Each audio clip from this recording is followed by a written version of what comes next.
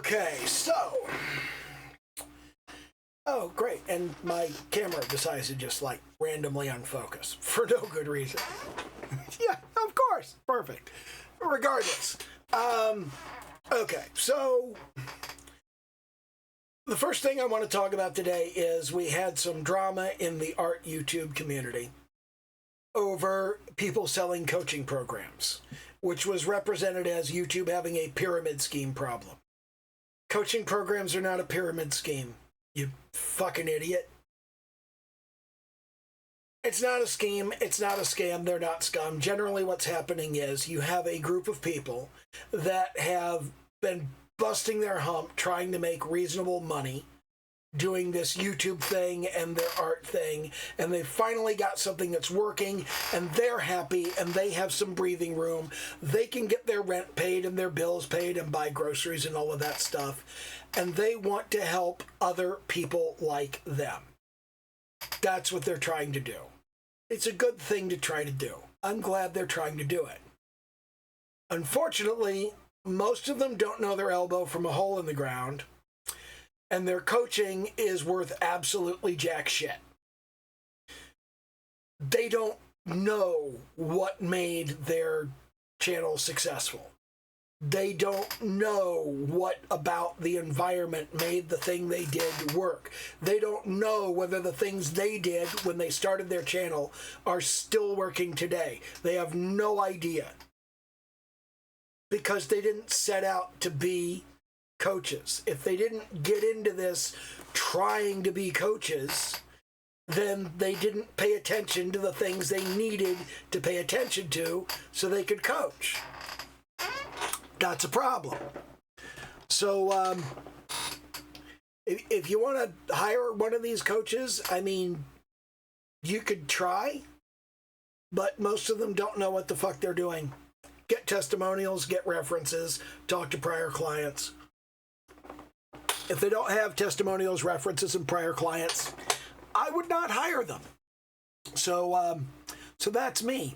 Anyway, I do want to give a shout out to one particular person that has some great shit they've been talking about, because they have kind of given me the idea of what I want to do with this channel in the future. And that's Anna's Art.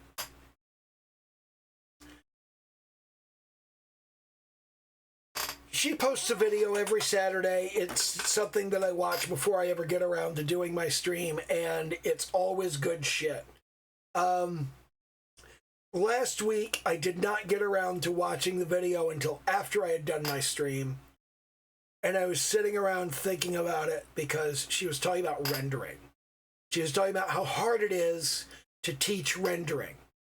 And it's true, it is hard to teach rendering. But I think the reason it's hard to teach rendering is every individual thing you do needs to be taught separately. Because rendering, when we talk about rendering, a lot of people think it's like the finishing step or whatnot. But what it really is the process of making the thing you are painting look like it's the thing you are painting. It's the it's the texture, it's the shading, it's the lighting. When you're trying to make a rock look like a rock, like over here, I drew this rock real quick. If I were to draw another one, if I were to go, okay, let's draw the hell. If I were to draw like, oh, that's too bold. If I were to draw another rock like right here, and I were to say, okay, here's the general shape of this rock, and here's the plane of the front, and here's like this kind of chipped off part on the top, and there's this broken off part all the way at the top. And then we got the side over here, we got the side over here, and this is kind of the shape of our rock. And now I'm going to grab, let's say, a kind of a reddish brown. And I'm going to say this rock is this kind of reddish brown color like this, okay?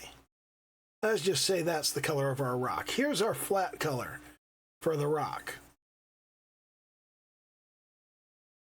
Now, it's fairly simple once I've done this to go, okay, well, where the rock is in shadow, we're going to pull that hue over here to be a little bit cooler. And we're going to go, there's the shadow side of the rock. And then we're going to go, okay, well, the light side of the rock, we're going to take that over this direction. We're going to have that right there. That's going to look like the highlight of our rock.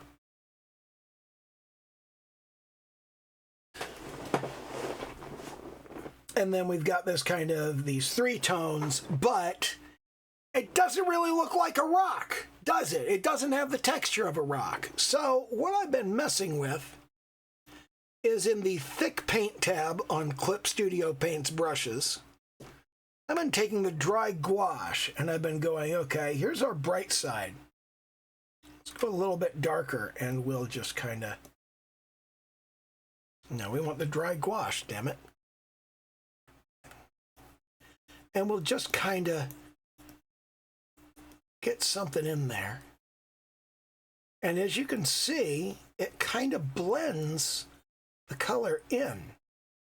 And then you can sample and you can get kind of this mottled look to it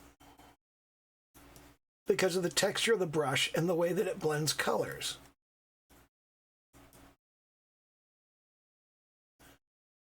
And because of those things together, if you use a light touch, it just kind of blends but doesn't put any color down. But then you push harder and it puts some paint down. And then you can kind of lighten up a little bit over here. And then you can do the same thing up here. You can go with your mid-tone up here, right there. And then let's a little bit lighter up here. And you can get that kind of mottled look, and you could do the same thing on all of these areas, and you can get a kind of textured appearance to it that makes things look more like you're looking at a rock and not just a blob of color on the canvas.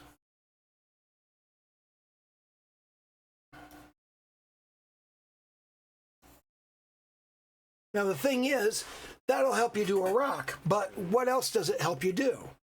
I don't think these colors go very well together. I think maybe let's hue shift that a bit. We'll get a little bit more orange with it. You know, let's go a little darker. Well, less saturated and darker. Go more orange, more saturated. Still stay in this kind of darker region. But you know what? I do like the idea of making it lighter up in here. A little bit more red.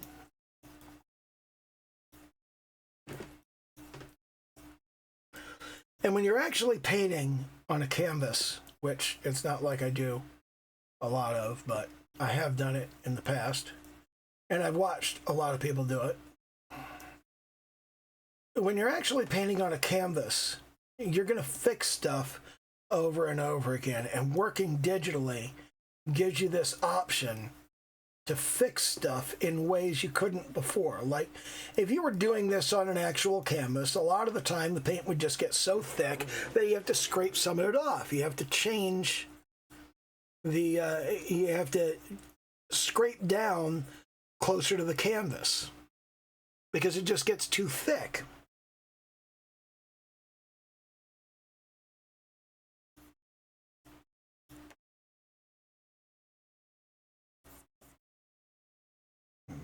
A little bit more red there.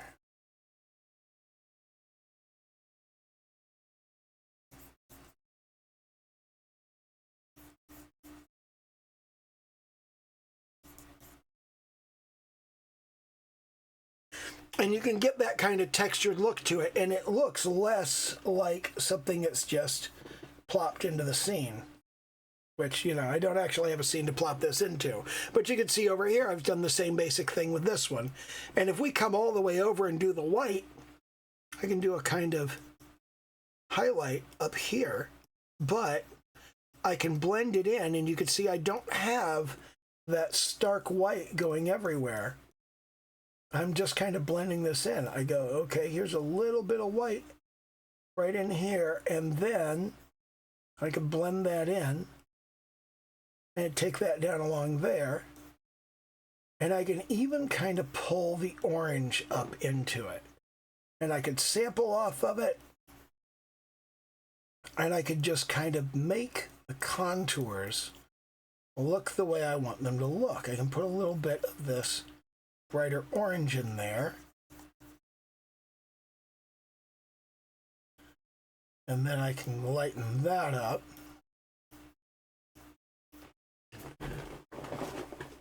And just give things more of an organic look. And one of the things that you find with this is that you can do all kinds of weird stuff. And the main thing you have to worry about is making sure that your contours just kind of go in the right direction. As long as you just sort of follow the plane in the directions that you want the plane to lead the eye, you can get this kind of mottled look and this interesting look without having to get too detailed about it. And because you don't have to get too detailed about it, you can just keep kind of going over it and going over it. And because you're working digitally, you can just go, well, let's try it like this. And, oh, that's way too dark. Let's undo that. You got that undo feature available to you, and you've got your lighter colors. And you could jump over here and go, let's just saturate that in there. And then you could grab something else. You could sample off of the palette. You can sample off the canvas.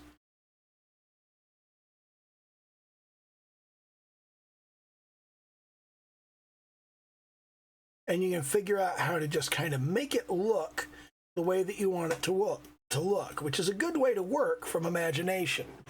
But on top of that, one of the things that I was talking about on Anna's channel, I was talking about in a comment, was that when you're looking at reference, like if I jump over here into my reference folder, okay, I've got reference photos of unfinished basements. And these are good for, like, if you want to think about what would a dungeon look like, okay? But you can also go and you can look at a painting that someone else has done. Like, I can jump in here and I can go, okay, I've also got this picture of a dungeon that somebody painted.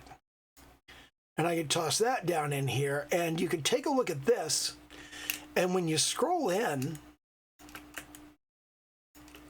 and you look at it, you can see the areas where, like right here, you can see that here. The hell? Oh, it's because I'm using a dry gouache.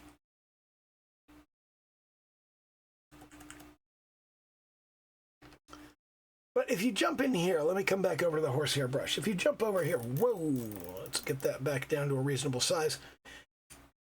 If I take something really bright and obvious, like this bright green, you can see he's got these brush strokes right here, okay?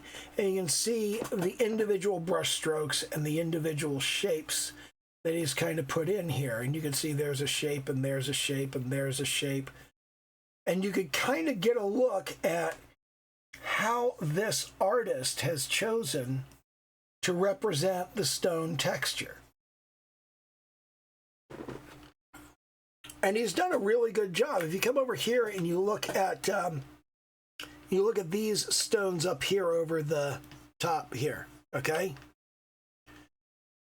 You could see that there's just this kind of rough brush stroke thing going on here.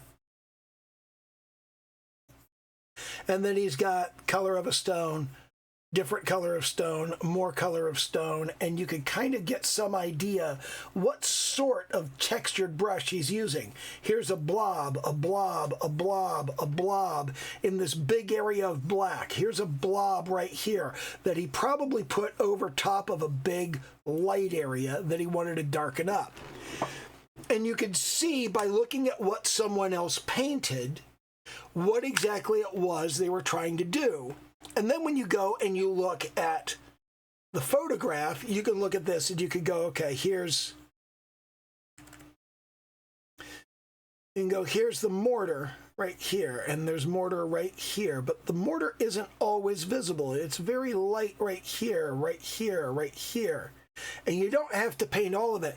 This area right here is kind of this all mottled area. Over here, all of the brick is light, and the areas of mortar appear to be darker, not lighter. And looking at your photographic reference is going to give you one set of information about how this actually looks. But looking at how someone else has painted a similar kind of brick wall is going to give you more information, not about how it actually looks in real life, but about how to give it the look that you want in the painting. And by looking at both of those things and going back and forth between them, you can come up with your own methods of putting a brick wall or something together. Like if I were to come in here right now and just go, okay, we're going to turn off our rocks and our line art, which is on the palette layer. If I were to take this right here and I were to go, okay, we're going to do a kind of a brick wall. Let's do a kind of dark, dirty color here, like this. Let's do something like this as our base color for the wall, okay? Now, if we're dealing with this dark, dirty color like this for the wall, and we come over here and we look at a photograph, and we just go, okay, so let's look at how the wall looks. We could see that there's like these areas where water has dripped down the wall. And we see that we have these dark areas here. Holy crap. We see that we have these dark areas here where water has kind of dripped down.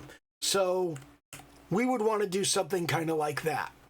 But when we look at the photograph, when we look at the painting, we can see that in this kind of gray area, there are just these kind of splotches. Like if we come up here and make them a little bit darker, there are just these kind of splotches.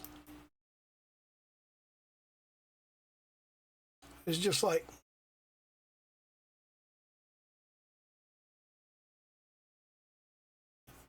and those could be your bricks, but we don't want them to be that uniform. We want them to be farther apart, and we want them to have more of a ragged area to them. So we can put them here, and we can just make them slightly larger and smaller areas. And this is a fairly convincing brick wall. And all this is just lines with the dry gouache brush. That's it.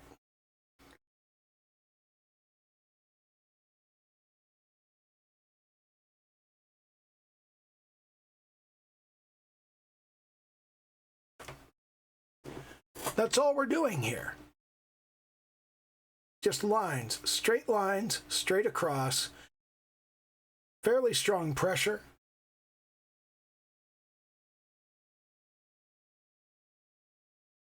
And we can, of course, say, well, let's hue shift that a little bit and go, let's do that one more pinkish. Let's do, that one's darker. That one's darker. And do a dark one there, and one there, and one there. You could pull out a deep red here and go, okay, we're going to do a deep red there and a deep red there. There's one there, there, there. And switch around all over the place and say, how about that there and that there? Let's make it more orange, more brown. Down over here.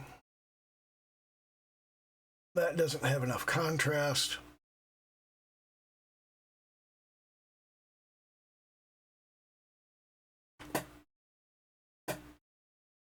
And you can vary these up, but you don't want to get them too varied, like these bright red ones. I don't like the look of that. I'm going to go back over those. And I'm going to take this and I'm going to make it a little bit darker and a little bit deeper over there. I'm going to put these in there and these in there.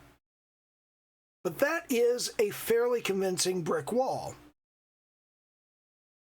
And it's just a bare field of a solid color and some fairly thick lines.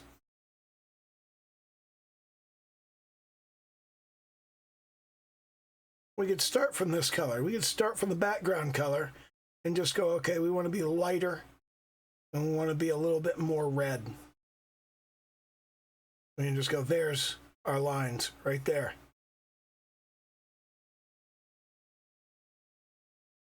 Brick walls typically stagger the bricks like this. Older brick walls will have different size bricks.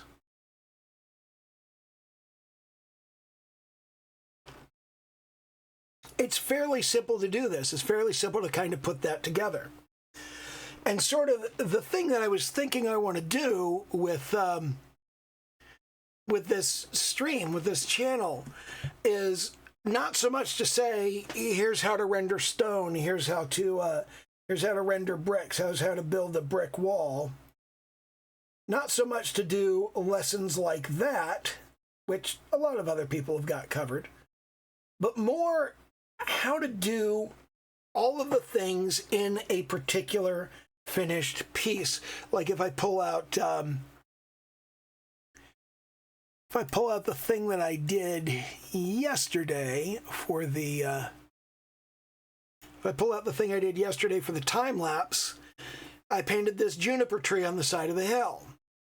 And I could go through this and say, here's how I did the sky, and here's how I did the clouds, and here's how I did the trunk of the tree and the leaves of the tree, and here's how I did the water, and here's how I did the shadows. I could go through all of this. And you can notice here, if you look, that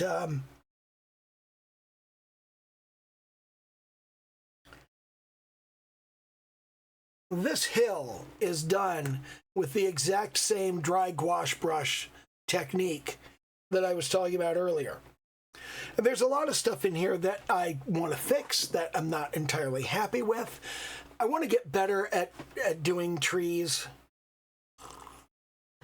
I didn't use the fingertip blend tool as much on this one because I thought it was better. I thought it was better when I did this tree to let me switch over to this other one here. I thought it was better to start with a kind of medium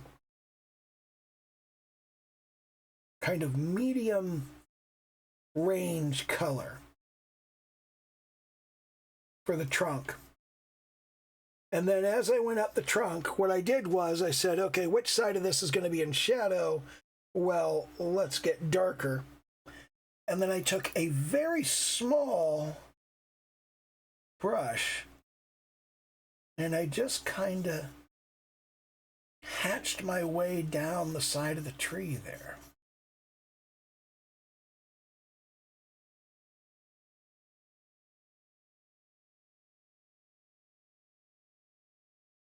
And then I took a slightly lighter brush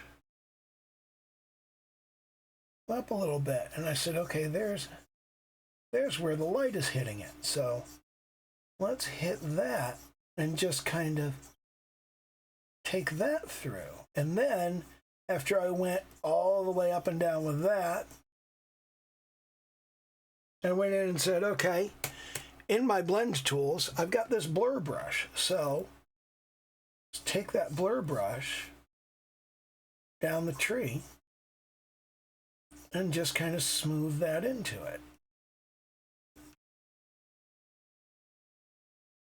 And I thought that looked pretty good. But then on top of that, I just went, you know, I could do several rounds of this. I could jump back and I could go, okay, yeah. There's sunlit tree over here. And I could tweak it.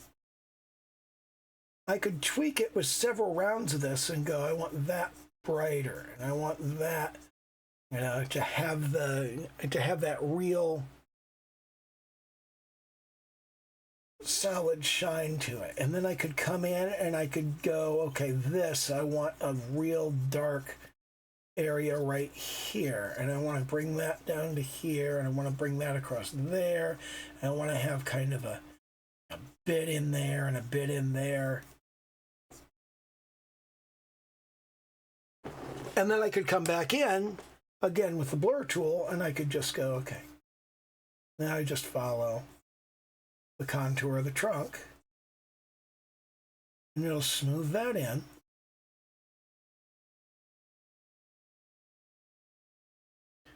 And using the fingertip blend is actually an option. It's not really necessary the way that it was with my previous method. I mean, I could do it, but the blur was working fine. Just using that blur tool to go back and forth across it, and it still left that feeling of the bright and the dark and the light areas and the shadow areas. And then you could use the medium tone, and you could tone it down a little bit. You could go, okay, let's tone down that highlight there. Let's tone down that shadow there. Let's get that in. And you could just keep going across, back and forth with different shades, and just kind of highlight a little here, shadow a little here. Make sure we bring in our mid-tone around here.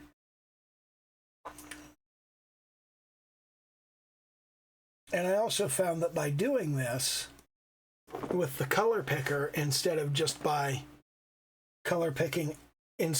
using the eyedropper to get things off of the tree trunk, I got more variation and it looked more interesting. And that produced a tree trunk that I thought looked more realistic than using the fingertip blender the way that I've been doing. I mean, I do really like the fingertip blender, but going back and forth and using that kind of long sweeping stroke, I think gives more of a feel of wood grain. I think that feels more like a tree trunk. And it also gives me more control of exactly where all of the areas of light and shadow are. And when you really look at this, when you look at the juniper tree, particularly right here, okay, this area right here. Let me go over here. So this part of the tree right here, you can feel that twist in the tree. You can feel how the tree really goes around and wraps around itself right here.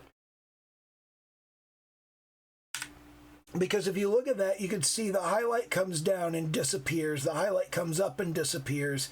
And you've got the shadow sweeping around and disappearing, and this shadow sweeping around and disappearing.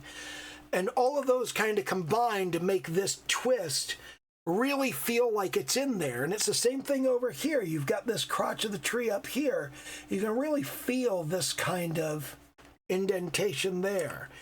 And this bit right here, you can feel the way the branch twists up and around. It doesn't just come over here and up and over. It comes in here, it sweeps up and then back around. And the other side of it would sweep a little bit differently. You can really feel that difference in how And now the tree feels more organic. You could see that kind of swoop there, and this kind of straight swoop there. This swoops up while this swoops around. And I think it really gave more of a feeling of space and depth to the tree. I really want to put the girl kind of sitting here, kind of just like sitting on the tree and kicking her legs and having a good time, and have one leg down here and one leg out here, and just have her sort of leaning against the tree over here and with one hand down on the tree over here. That, I think, that would make the focal point. I think that would draw everything in there, because as it is here, the sea is a little bit too low. That water should be like more up here, where it'll draw the eye more. Having the sea come up to about there would feel like you were looking out across things. But what I really kind of wanted you to be doing is sort of looking up toward this girl. So I have kind of an upward swing, like this is a hill. And that's what I was after on that. And I never did get around to drawing the girl, but I just kind of think having her here, sort of kicking her feet and just kind of looking at the viewer, or maybe just looking out into the distance, maybe looking out at the sea. Maybe her eyes are directed out there toward the water. Maybe have her look there. That might be good. So I want to revisit this, and I want to add that, but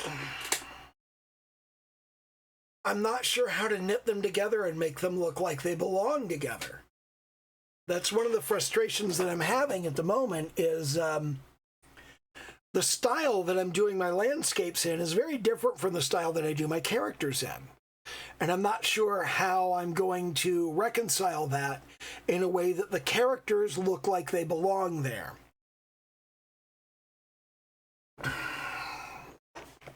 So I'm looking at a lot of stuff along those lines, and the whole looking at photos and then looking at art, and looking at photos and looking at art. That's kind of helping with that process. And I look at a lot of reference photos for different kinds of trees. Juniper trees look good. Mesquite trees look good. Olive trees look good. Obviously, I love olive trees. And I'm really kind of trying to get a good feel for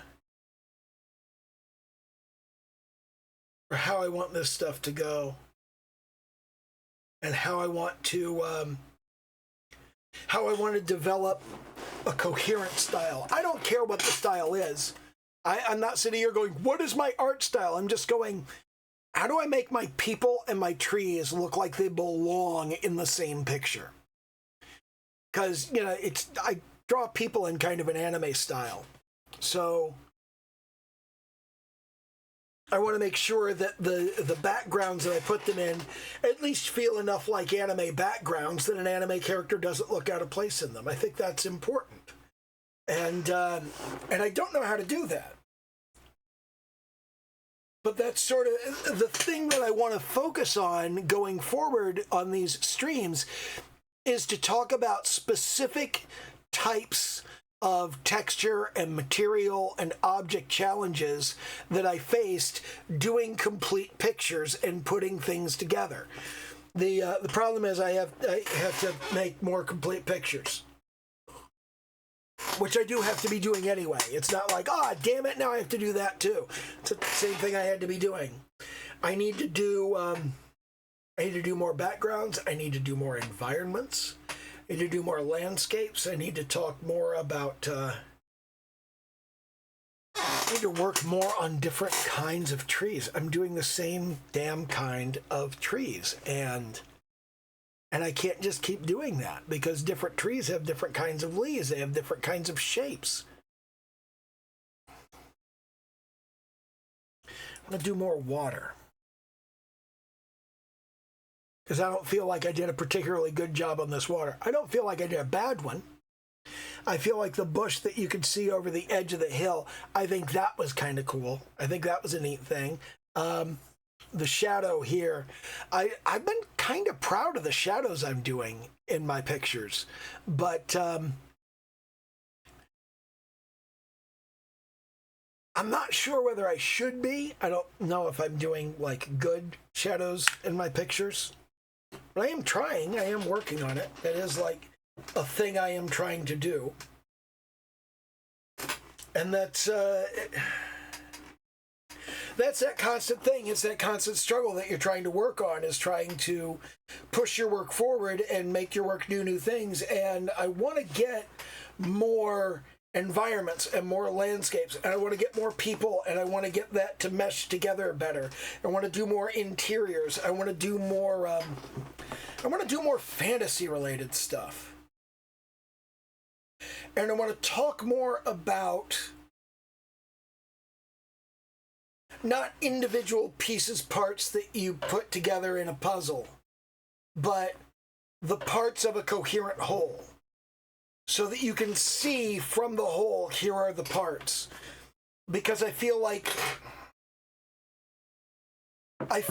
pulling the picture apart is a skill. I feel like understanding that this tree here is 3 layers, and this bush here is also 3 layers, and this bush here is 3 layers, but the shadow is on the hill under it, which in turn is 2 layers. This shadow here, I think, is on the same layer as the tree, which it shouldn't be. It should be underneath of it, because I'm sure you can tell.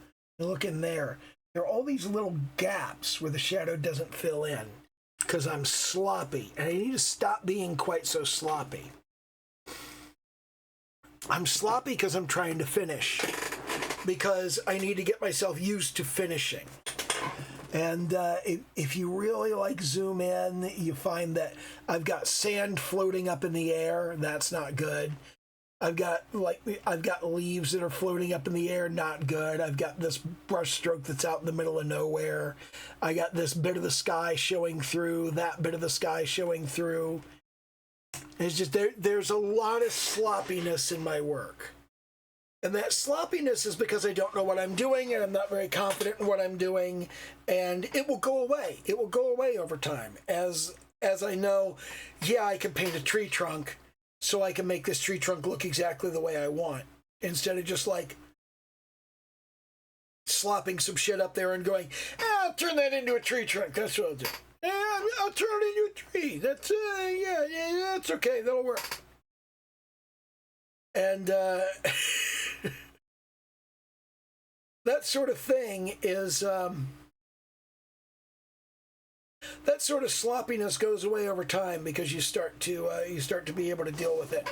And I'm pushing to get stuff done, so I deliberately choose to be more sloppy, or not so much to be more sloppy as to let myself be more sloppy. So if I don't let myself be sloppy, I'm not going to get shit done. And I feel like that's going to take me into the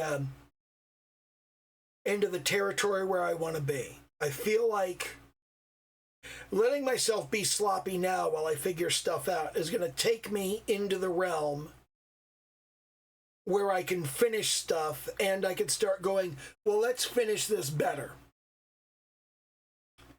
That's hard.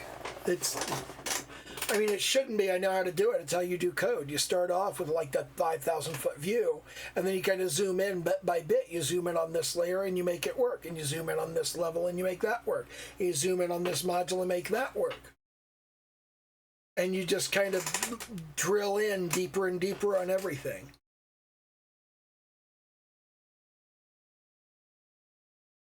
I'm not sure how to do that with visual art. So that's going to take some messing around to try and kind of figure it out.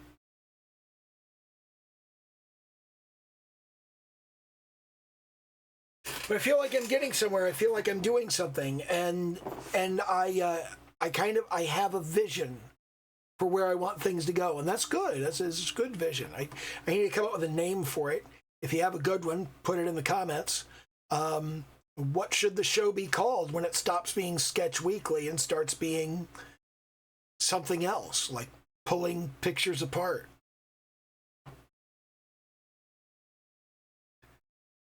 Weekly decomposition? I don't know.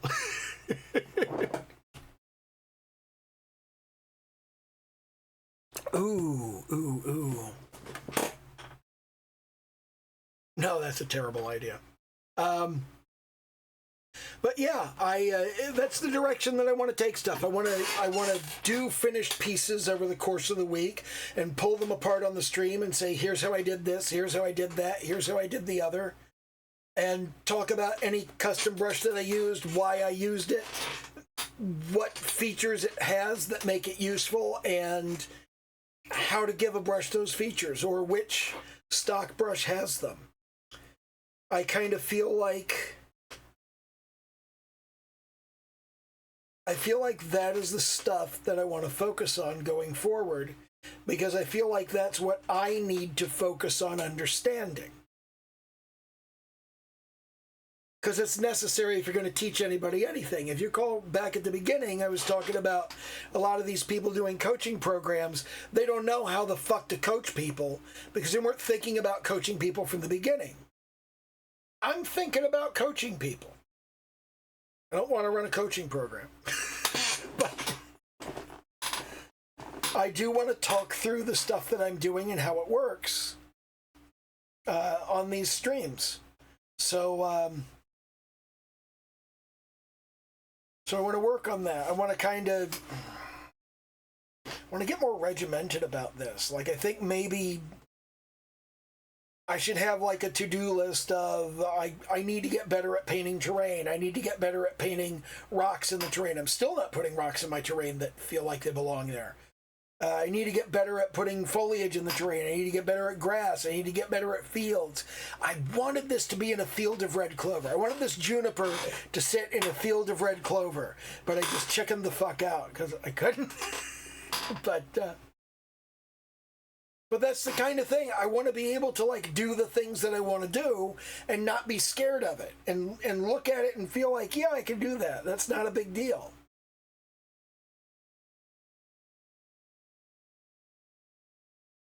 And it really comes down to what art is. It comes down to putting the thing in your head into the world.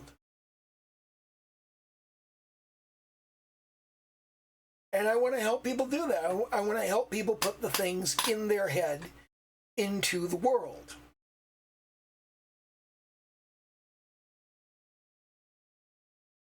Because I think we need more of that. And I think a lot of people aren't really helping anybody get the things out of their head into the world. They're just saying, oh, here's how to do this technical thing that you can use to do whatever you want. Whatever you want is too much. Here's a complete picture. Here's how I paint a tree. Here's how I paint a bush. Here's how I paint the terrain. Here's how I paint the water. Here's how I do the clouds. Here's how I do the sky. Now that I think about it, that's how Bob Ross did things. He said, here's how I do the thing. And then he did the thing. And he said, now you do the thing. And you go and do the thing. But I'm going to go into detail about it and kind of give you a jumping off point so you can alter stuff and change it and take things the direction that you want it. And I don't know, that's the thing I'm trying to do here. So anyway, do the little YouTube dance, like, comment, subscribe, all of that happy horse shit. And this is pretty much all I have to go over is just kind of thinking about where things are going in the future and how I'm going to do them. And I've got, about 2 months to, kind of wrap my head around it and figure out how exactly I'm going to start doing that. And during these last couple months, I'm going to be talking a little bit about that. I'm going to be talking about how I've been pushing and thinking and trying to direct my efforts. And I'll keep y'all in the loop. I'll keep y'all posted. So you'll know what's going on, and you'll know what's coming down the pike, and everything will be relaxed and groovy and all that shit. I have no idea. I still have no idea how to end these things. I already told you to do the YouTube dance and all the happy horse shit, so, fuck it. Okay, bye.